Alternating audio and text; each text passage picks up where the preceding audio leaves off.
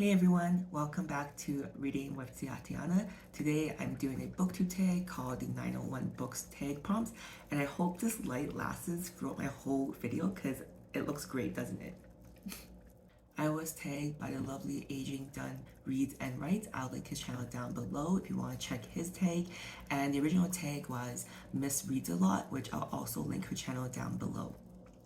This tag is kind of chaotic, so please bear with me as you see me thinking on camera. There are 8 prompts and then one last prompt to tag some other people to pass the tag along. The first prompt is books. Name as quickly as possible the last books that you read.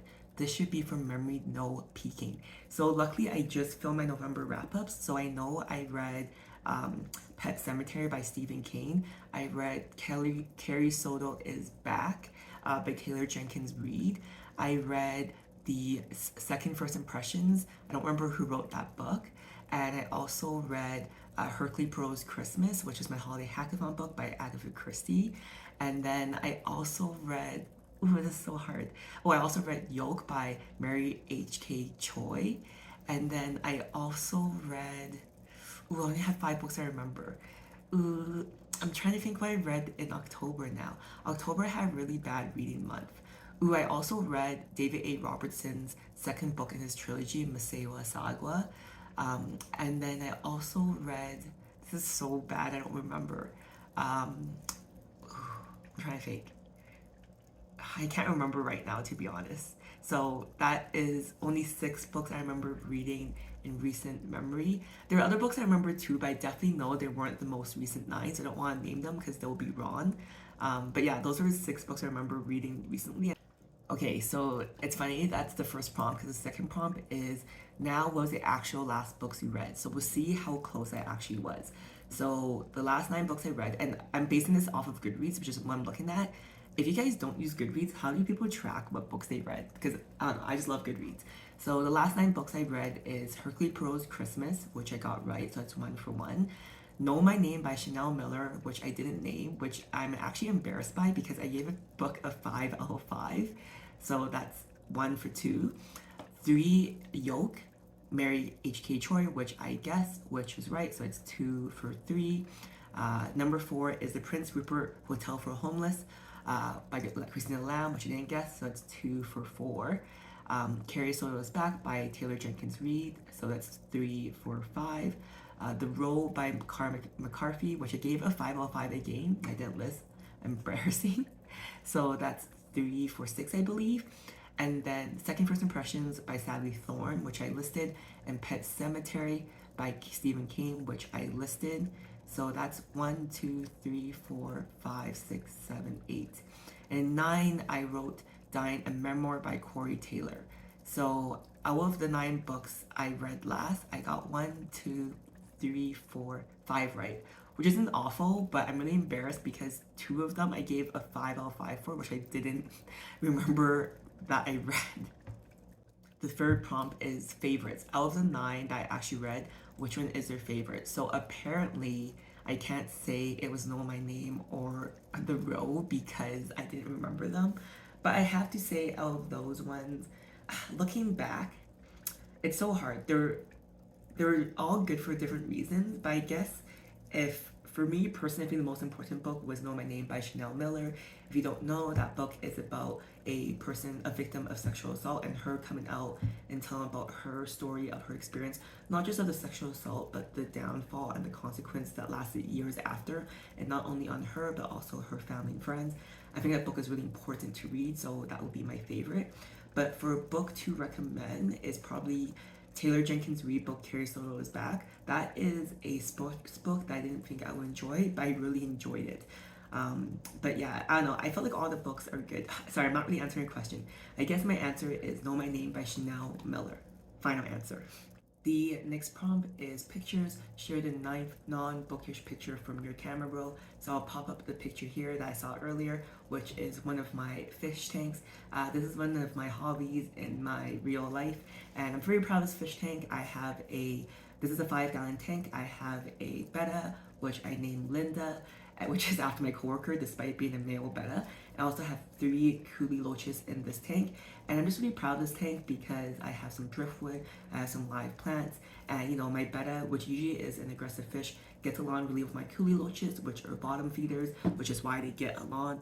And it's just so nice to see not just my male betta not being aggressive towards my loaches, but I've actually seen them really in close capacity next to each other, and my betta does not nip at them. And why I'm sharing that is because I actually had catfish previously in this tank, which are also bottom feeders, but my betta would go after the catfish. So it's just nice to see all these fishes live in harmony. The next prompt is dollars. What was the last book you purchased? As you guys know, I mostly get my books from the library because I'm very fortunate that I live in a city that has a very big, expansive library catalog. However, sometimes because of my book club, I do have to buy books. So the last book I bought, which I don't have a copy of me because I passed it on to a friend, is Almond, which is a great book. It's by Song Wen Pun, and I have the full review on my channel if you want to check it down below. And this book was great because it's about a guy or a boy. He's like a teenager, and he has this disorder where he can't read emotions. He also can't express or feel his emotions. And it's actually a real disorder that apparently affects 1 in like 10 people, but obviously it's a spectrum, so obviously people have different capacities of relating to this disorder. And basically one day, the protagonist's mom and grandmother gets murdered in front of his eyes, but he feels nothing. And basically this book talks about his journey through that and how people react to him and how he reacts to that situation. And it's just so interesting for me because this book, which was, I don't know if it was the author's intention if you read the book, but if you read the afterword in the book, I think maybe it was her intention, and that it gave a lot of empathy for like mass murderers or mass shooters or serial killers. And I'm not saying that I have empathy in what they did, because at the end of the day, I think you ultimately make the choice to do that action. But yeah, this book is just very interesting. I really recommend it. I gave it a 5 out of 5. The next prompt is miles. What is the farthest you've ever traveled from home? And have you ever read a book from that location? So I've been very fortunate that I've traveled to almost everywhere in the world except Antarctica and Australia. So I don't know where's the farthest I've traveled to, but I do know where I have read a book when I've traveled. So I'm just going to use this as an answer. And here's a picture of me traveling to this country, which was Kenya, and this is my high school graduation trip after grade 12 that my aunt gifted me. And what I read on this book was Harry Potter, the last book, and dude, it was such a crazy book to read when I was traveling. It was my first big trip around the world or somewhere that was really far, and when I read that book, I was like, wow, that was the end of my childhood, and it was such a great book. And yeah, I loved it. I actually can't believe I carried that book with me the whole time. We were traveling for like 6 or 8 weeks. The next prompt is facts. Do you read nonfiction, and what is one of your favorite nonfictions this year? So yes, nonfiction and memoirs are probably my favorite genre. Is probably my favorite genre. I just love it. Like I just love nonfiction. I love memoirs. So my favorite nonfiction this year is probably, as I mentioned earlier, Know My Name by Chanel Miller. I think that's a very important book to read. Other recent one is the Prince Rupert Hotel for the Homeless, which is about a hotel that housed homeless people during the pandemic, because it gave me a lot of insight on what it means to be homeless. And it's not just people who are mentally ill or addicted to drugs or struggling with addiction. A lot of these people are products of years or generations of trauma and are not able to break the cycle. Or it could honestly just be people that are just 1 or 2 paychecks away from being homeless, especially during a pandemic when people lost jobs and that kind of stuff. Other nonfiction I read this year that I really enjoyed was Hooked.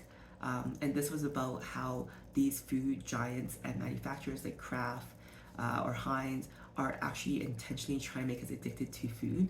And it's not that easy to just eat healthy, because they make it so easy to eat processed unhealthy foods, and you shouldn't feel bad if you're addicted to food. I mean, obviously, like, you want to be healthy and fit, but it's not just an internal thing at every time. Sometimes there's so many external factors that are causing you to become unhealthy and overweight and unfit.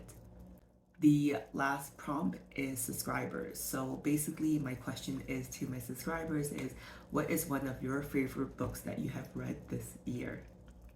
And now it's my turn to tag two booktubers to do this tag. I'm just going to tag the two people I've recently most interacted with on my booktube.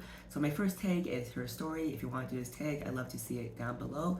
And then my second tag, I'm going to tag Monica the Bibliophilist, which is actually one of the first person that I found on booktube. So if you two want to do this tag, please do it and tag me at back.